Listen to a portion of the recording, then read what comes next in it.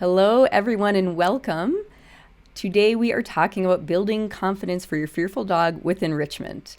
And the tips I'll give you today are specific items to try as you're trying to identify what really lights your dog up, things to offer them and see how can we get them to really enjoy enrichment. My name is Kelly. If you don't know me already, I own Dogkind and I specialize in building confidence for very fearful dogs. So the first thing we need to do if we want to get our dogs interested in enrichment and then use enrichment to build their confidence is find something they actually like, they actually care about. So how to find something my dog is interested in. This can be especially challenging with really sensitive and shy dogs. They don't seem all that excited about anything. The big picture instruction, which is sort of easier said than done, is try things out and see what happens. Let your dog tell you what they like.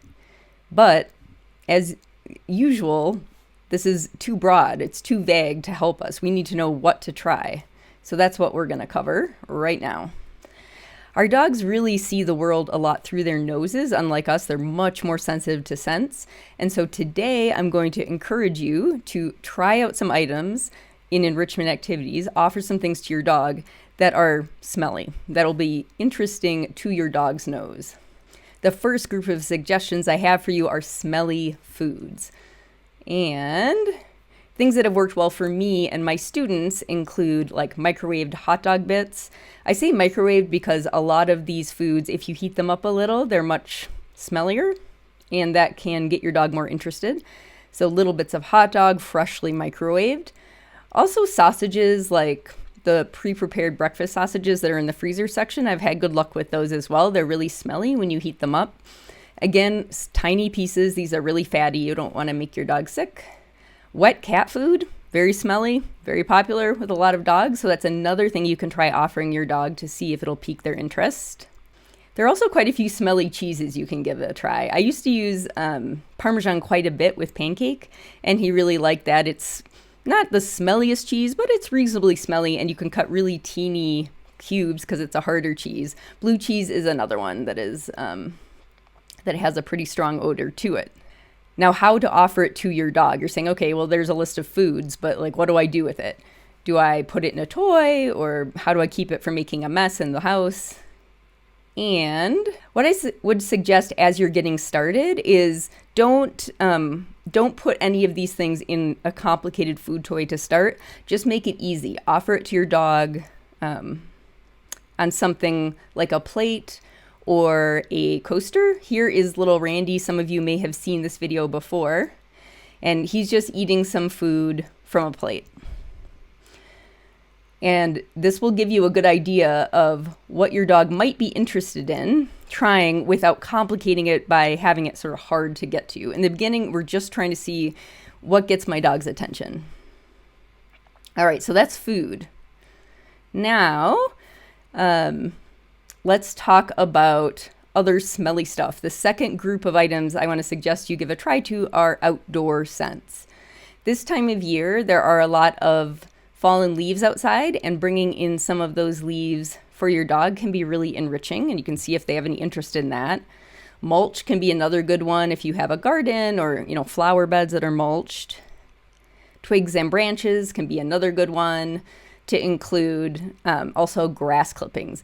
A lot of these things won't smell very strongly to us, but they'll still carry a lot of interesting scents for our dogs.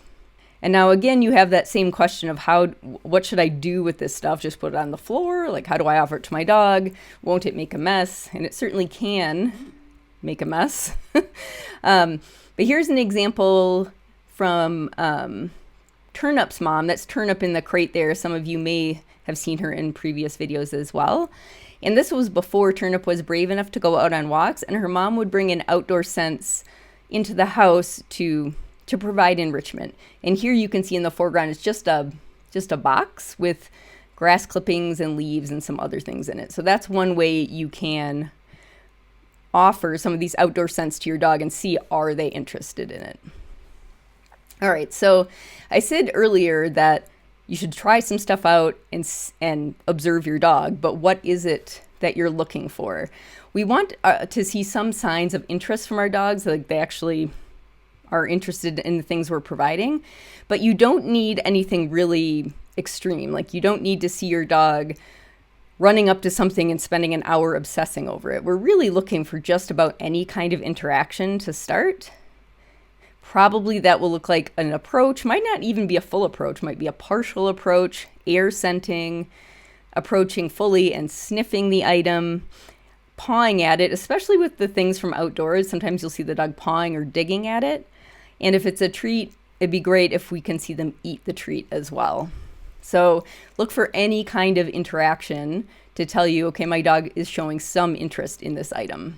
So in summary, today, what I'd like you to try is think about what smelly items you can offer your dog and just put them out in a fairly straightforward way. Don't make it hard for them to get to them.